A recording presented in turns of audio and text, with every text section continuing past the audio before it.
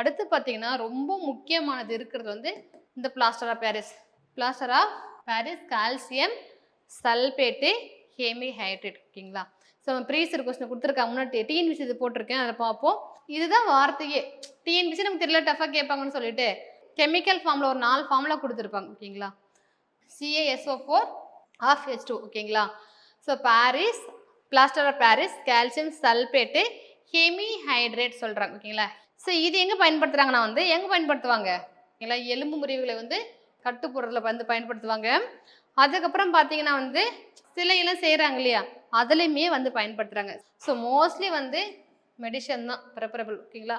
அப்போ பார்த்தீங்கன்னா plaster of பாரிஸுங்கிறது வந்து அது பாரிஸ் சாந்துன்னு சொல்கிறாங்க தமிழில்.